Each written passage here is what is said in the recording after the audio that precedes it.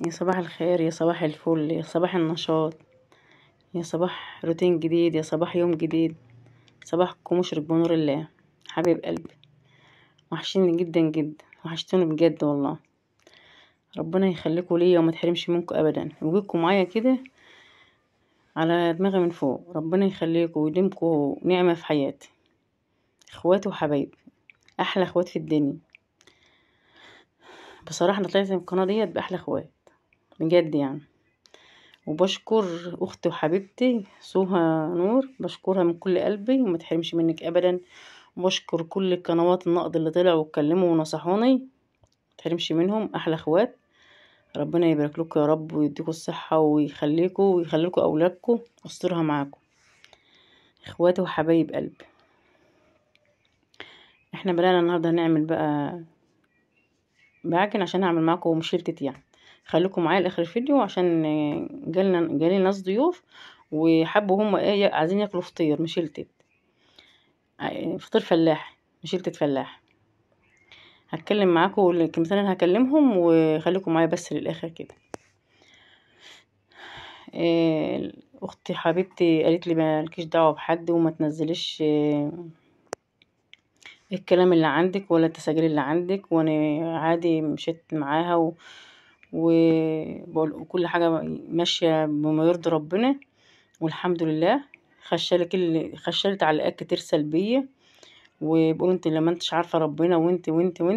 انا لو انا مش عارفه ربنا كنت نزلت اللي انا هنزله، بس الحمد لله اللي انا بعمله يقعد لعيالي. وانت عشان تعرفوا اللي انا مش كذابه ولا كلامي كذب. انتوا فاهمين وعارفين. الكلام والعلوين والحاجات ديت كله بلقح عليا، بتلقح على يعني كل الكلام اللي انا منزلتوش، اللي انا منزله واللي انا قايلاه مش كذب. وهي كل حاجه قالت على المكشوف الوقت، كل حاجه على المكشوف بالعلوين اللي بتنزل دي بالتلقيح عليا.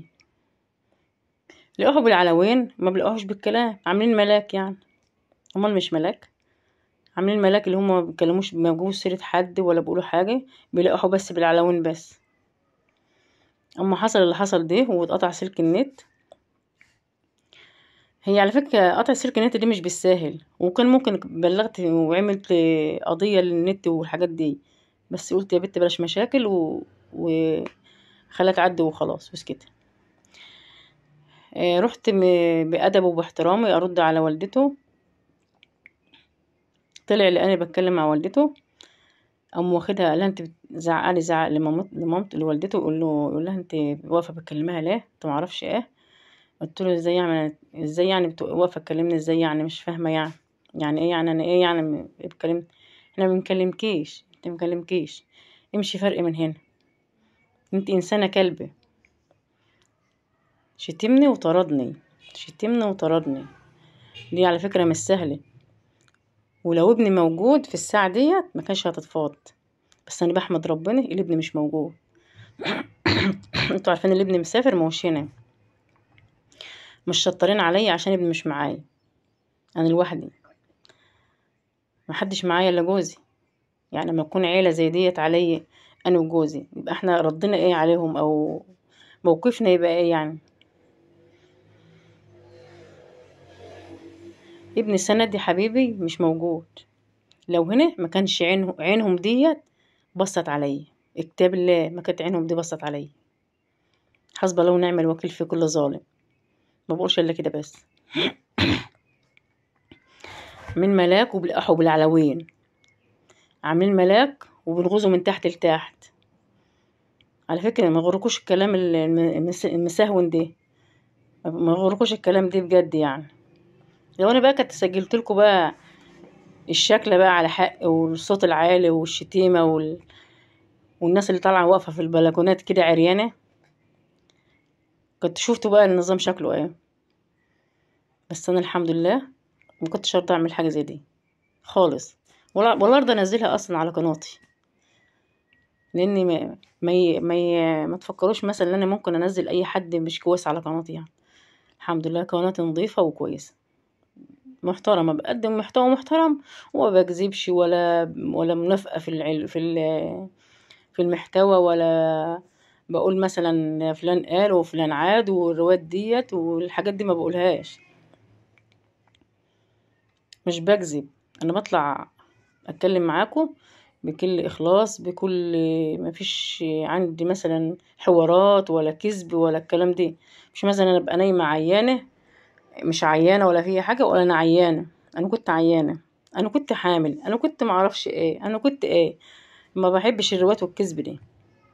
انا بطبخ، بطلع بقول انا بطبخ. انا بعمل روتين في البيت، بقول انا بعمل روتين في البيت. انا حصل لي ظروف وغبت عنكم شويه، عادي، انا غبت عنكم، كان ليا ظروف.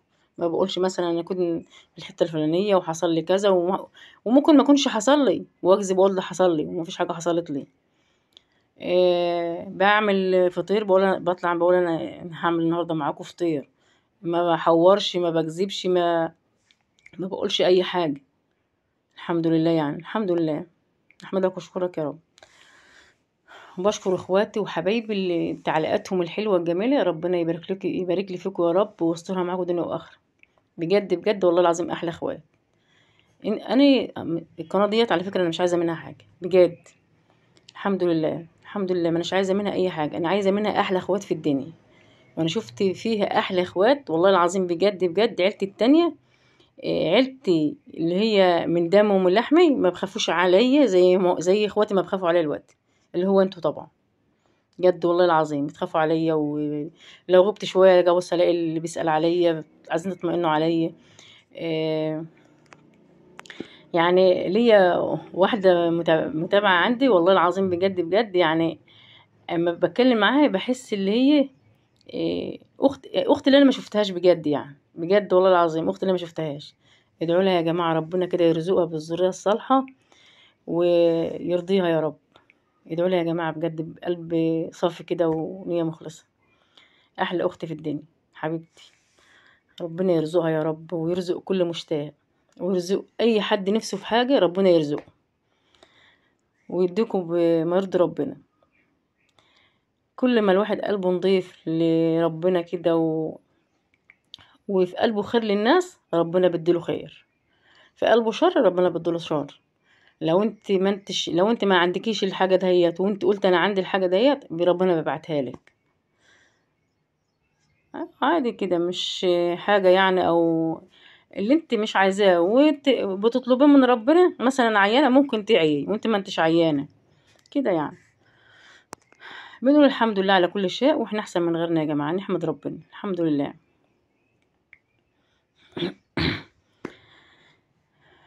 يلا هنقول هنعمل ايه، بس يعني الحمد لله، رضا من فضل من عند ربنا.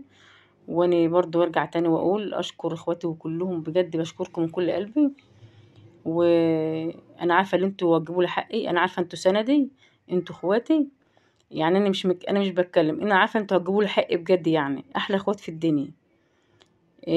حقي مش هيروح معاكم، مش هيروح، لان انتوا حاسين انا بقول ايه، حاسين انا يعني انا فيا ايه، حاسين بيا، حاسين بيا من غير ما اتكلم بجد. يعني كل الكلام اللي انتوا بتقولوه وبتعلقوا ده، بجد زي ما اكون انا اللي هقوله او انا اللي هتكلمه، بيتكلموا بناء عني. واخت سهى ربنا يبارك لها يا رب، ويخلي لها اولادها ويسترها معاها دنيا واخره. والله العظيم اقسم بالله، وهي بتتكلم معايا في الفيديو انا حاسه انا اللي بتكلم. ست كده بسيطه، وست حاسه بينا، وست كويسه، وست بموت راجل، وبتقول الحق، عمرها ما تغير على الحق ابدا. وربنا يديلها الصحه يا رب، ويطول لنا في عمرها ويخليها لنا.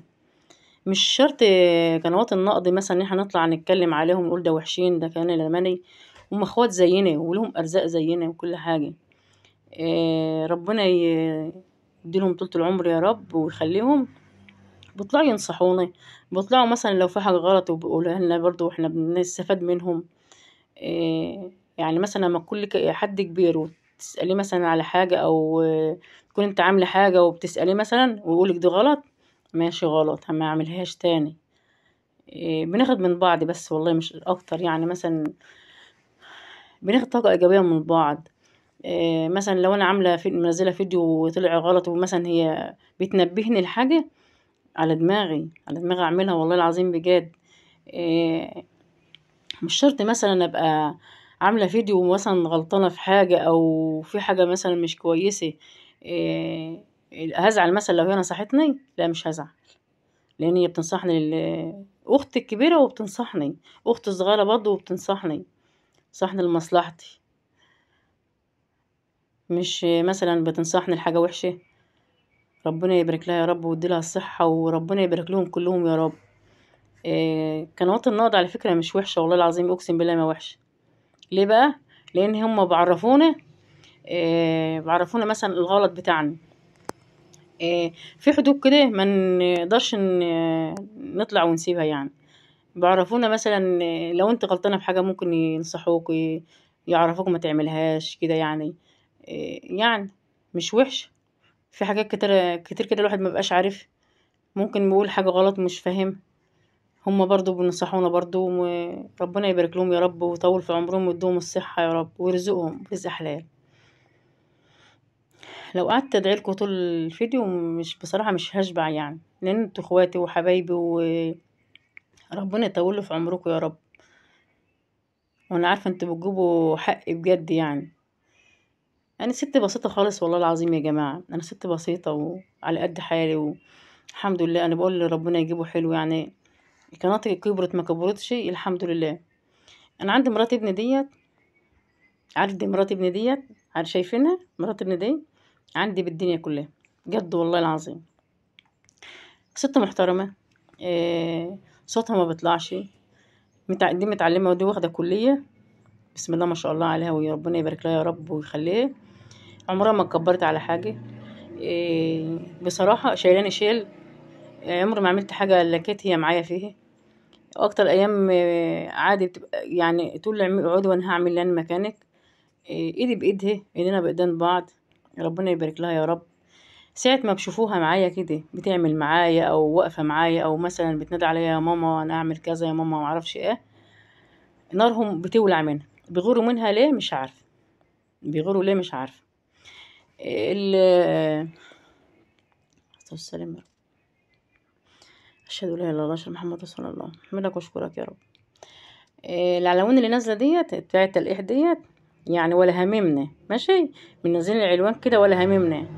بس على فكرة نارهم ولعة، نارهم ولعة. العنوان ده بيبين يا جماعة والله العظيم بجد بيبين، وانتوا المفروض تبقوا عارفين يعني وحاسين من غير ما نتكلم يعني. مش عارفة مرات ابني ده عاملة لهم ايه، مش عارفة بيغيروا منها ليه. عشان ايه؟ عشان كويسة معايا او انا كويسة معاها؟ على فكرة اللي انت بتعمليه لحماتك بيعود لك، بيبقى لك عيال. اللي انا عملته عدلي بجد، اقسم بالله اللي انا عملته عدلي. انا عمري حماتي ديت ما طلبتش مني حاجة يوم من الايام وما عملتهاش ليه. ربنا يرحمها يا رب برحمته، ربنا يرحمها ويغفر لها يا رب ويكسر يعني ربنا يرحمها ويرحم الأموات جميعا يا رب. يرحم أمي وأمك وأبويا وكل المسلمين، يرحمهم برحمته. إيه أنا عشت معاها على قد ما عشت. إيه حتى لو كنت غلط ما تحسسنيش ان انا غلطت قدام حد. ليه بقى؟ مش عارفه هي سبب، هي كده كده كده. مثلا لو في حاجه بعد ما حد يمشي ما تقوليش مثلا انت غلطت او حاجه، ما تعرفش حد بينا، بعد ما يمشي تقول لي ما تبقيش تعملي الشيء الفلاني. الله حاضر ماشي. يعني كنت انا في بيت وهي في بيت، تقف في البلكونه تنادي عليا يا ناديه تعالي طلعي لي فرشتي، تعالي اعملي لي ما اعرفش ايه، اجري جالي اروح له. ربنا بعت لي ابني، ربنا يبارك له يا رب ويبارك لولادكم، شايلني عن الارض شيء، ربنا يخليه لي يا رب. وربنا بعت لي مرات ابني برضو، الحمد لله احمدك واشكرك يا رب. لاني بعمله برضو اعدي يا جماعه والله العظيم بجد. يعني انت لو ليكي مرات ابن ليكي حمي ملكيش بركه اللي هي، لان دهوت هيعود لك بجد وحياة ربنا هيعود لك. اللي بتعمليه بتلاقيه. ربنا بعتها لي كويسه وبنت حلال وست وعائله محترمه وعمرها ما العيبه ما طلعت منها، وجدعه روحي كده بتروح تعالي كده بتيجي زمان موجهاها. وربنا يهديها لي يا رب ويهديلكوا ولادكوا يا رب ويطول لي في عمرها وعمر ابني بحق جه النبي. وبعدين انا شغالة معاهم. يعني أنا الوقت جوزت ولادي وخلصت، يعني أنا اللي أنا بعمله ده ليهم مش ليا. ودي بيتها فوق وتحت، هي ما فيش إلا واد واحد، ربنا يبارك لي فيه يا رب ويبارك لولادكم. دي بيتها من فوق لتحت، يعني فوق بتاعها تحت بتاعها ملكها. أنا عايشة عندها ضيف، أنا عايشة عندها ضيفة، يعني كله ما يملك دي بتاعها. ربنا يزيدها من نعم الله. كل واحد بياخد على قد ضميره، كل واحد بياخد على قد ضميره. دي الضيفة المنحية اللي جاية قاعدة معايا دي ما تعرفش ان انا بصور، بس هتبص الوقت للكاميرا اضحك على الوقت. قلت له انت بتصوري؟ دي من ضمن الضيوف يعني. ربنا يجعله مفتوح كده بحسنا وحسوك يا رب. واعمل لكل حد اي حد يجي نفسه في حاجة اعملها له، والبيت يفضل مفتوح كده، ويجوا عليا يا رب كلهم كده، يجوا عليا، مراش على اي حد تاني، عليا انا بس. الحمد لله ربنا يديني الصحة واقدر اعمل كل حاجة بجد يعني. انا يا جماعة والله العظيم ما حد بيقول لي مثلا انا عايز اكل حاجة او نفسي في حاجة او اي حاجة من ديت، ولو في ضيف خش عليا وعايز ياكل حاجة طلبها بعملها له، ما طلبهاش بعمل له احلى اكل واحلى وجه. ربنا يجعله مفتوح على حسنا وعلى حسكم، ويطول لي في عمري ابو عبد الحكيم وعبد الحكيم، ابو اللي هو ابو رحيم يعني.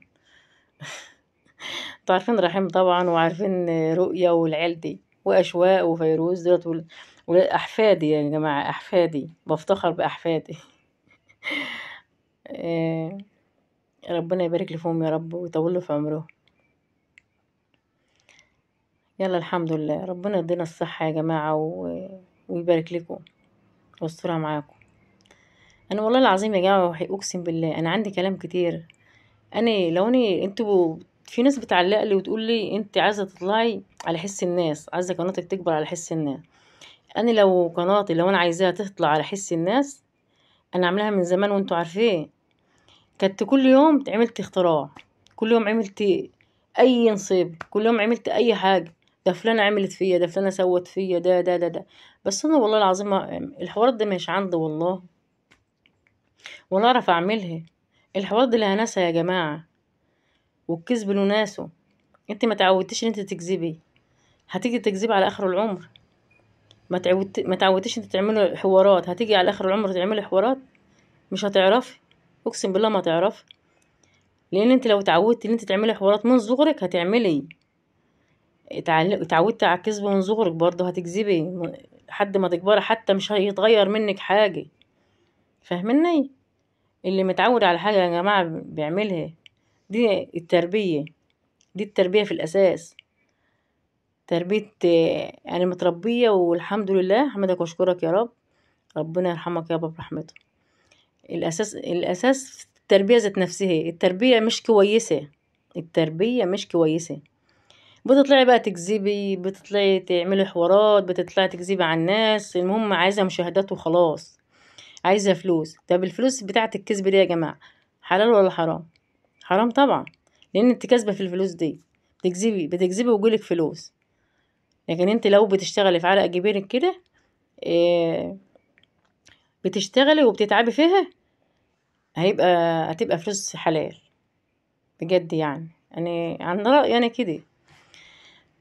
لكن هيجيلي فلوس في الكذب والحوارات، يبقى في الفاضي ملوش لازمة، يبقى حتى حرام عليا يعني. انا ست فلاحة شقيانة، وافتخر ان انا فلاحة وابوي فلاح ومن بلد ارياف. وكان في ناس سألني منين، انا من بلد ارياف يا جماعة. من بعد بالقاس، ان كان حد يعرف بالقاس يعني. دهقلية، منصورة دهقلية. ما نش جاية من اخر الدنيا ولا حاجة، ولا انا مستخبية ولا حاجة. واللي عايز يجي يزورني يا عم، اللي عايز يجي يزورني يجي يزورني، واعمل له احلى فطير، احلى مشلتة فلاح بالسمنة البلدي والقشطة. ونش بركة الله، انتوا اخواتي وانتوا حبايبي وانتوا اللي ليا اصلا. قناة انا عارفة انتوا سندي وانتوا كل حاجة. قناة دي هتكبر بيكم ان شاء الله، وهنغيظ ناس كتير قوي.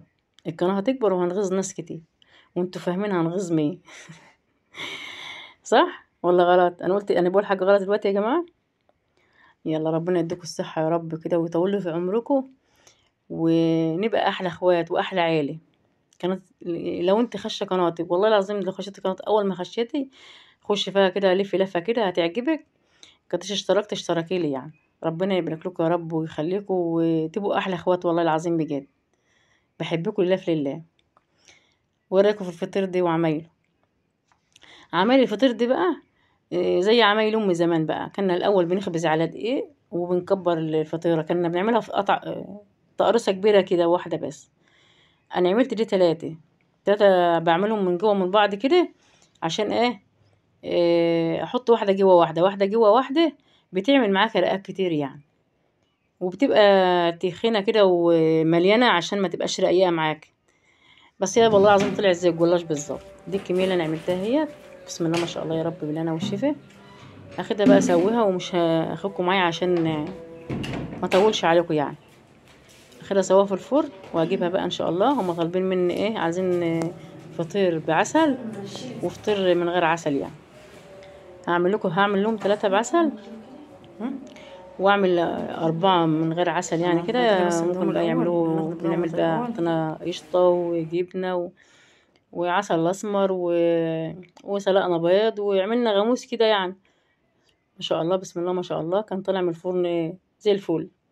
بس في اليوم دي اصلا كان عندنا فرح على فكره. الفيديو ده انا مسجلاه والله بقالي يجي 3 ايام اهوت، ومانيش فاضيه ان انا انزله لكم. كان عندنا فرح وخلصت تسويه ورحت الفرح وجات. كانت العسل ايه؟ كان سقع. قلت اسخنه، كان العسل سقع والفطير كان سقع. قلت اسخن العسل واسقي بقى ايه الفطير. ما عشان مش عارفه اسقي دي سقعان ودي سقعان مش هينفع. لازم يبقى في حاجه سخنه يعني. جربي الفطير اللي هو بالعسل ده بقى حلو قوي. مثلا تقوم عامله فطيره وسقيها عسل لولادك، احلى من اللي بالشارع والله العظيم، اقسم بالله احلى من اللي بالشارع. ولو عايزه تحشيه احشيه، ممكن تحشيه مكسرات، تحشيه اي حاجه. بتحشيه برضو وتقومي عاملاه سقيه عسل برضو، بيبقى حلو، بيبقى تحفه. وفي ناس بتحشيه مهلبيه. اي حاجه عندك ممكن تعمليها يعني. بدل احنا لنا عنان وراس نعمل عمايل الناس. فاهمين دي؟ مش مثلا نقول ما بنعرفش نعمل ونقعد ونكسل، لا نعمل كل حاجة. خليكي شاطرة كده وعينك كده تبص على الحاجة تعملي زيها. اللي كانت قاعدة في طول وانا بخبز دي تقول انا عايزة اتعلم عمايل الفطير. قلت لها اقعدي وانا بخبز وشوفي وانا هعمل ايه. او بتفرجي عليا يعني. قلت هشوفك برضو على الطبيعة. يلا ربنا يصلح حالكم يا رب ويبارك لكم ويسترها معاكم دنيا واخرة. وعلى قولوا برضو في التعليقات كده وقولوا رأيكم في الكلام اللي بقوله. وبشكركم تاني وتالت من كل قلبي. احلى اخوات شفتها في حياتي. ربنا يبارك لكم يا رب ويطول في عمركم ويخليكم اولادكم ويسترها معاكم.